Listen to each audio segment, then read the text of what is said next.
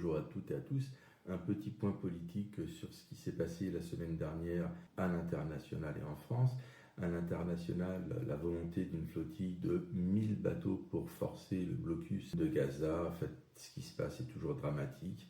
Les gens regardent ailleurs et bravo au peuple espagnol qui a effectivement empêché l'arrivée de la Vuelta pour dénoncer, pour arrêter de rendre invisible ce génocide et cette famine qui se déroule à Gaza. Sur l'international, on a aussi maintenant une motion de destitution, toujours sur le même sujet du génocide invisibilisé par la Commission européenne, motion de destitution déposée par Manon Aubry et 71 députés du Parlement européen.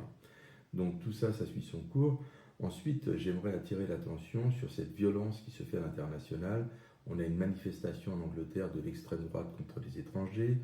On a aux États-Unis un influenceur pro-Trump qui est assassiné.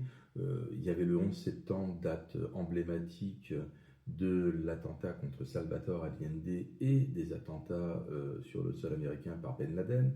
Donc nous, LFI, on prône la paix, le droit international et on résout normalement les problèmes par le vote, la démocratie et le calme. Au niveau national, donc un événement majeur, c'est la destitution, je dirais, ou la censure de Bayrou par 2/3 des députés, une première fois que la motion de confiance n'a pas été votée à un Premier ministre sous la Ve République.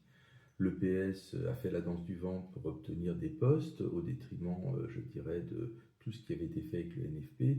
Et pan sur le bec, c'est Le Cornu qui était nommé, un proche macroniste qui, bien entendu, a des casseroles. Maintenant, je pense qu'il est souhaitable d'avoir des casseroles pour être promu en Macronie. Bon, tout ça, c'est un peu d'humour, mais quand même, quelque part, ça ne me fait pas trop rire.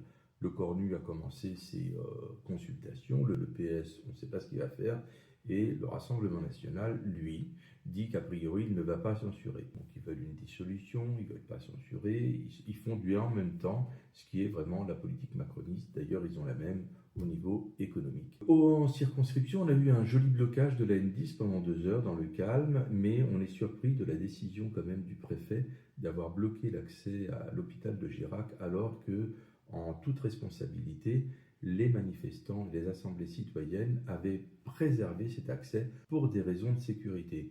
Donc une totale incompréhension sur ce qui s'est passé et une décision qui nous paraît surprenante. Donc je vous donne rendez-vous le 18 pour une grande manifestation proposée par l'intersyndicale et certainement la suite des mouvements, je dirais, des assemblées citoyennes. Je vous dis à la semaine prochaine. Au revoir et à bientôt.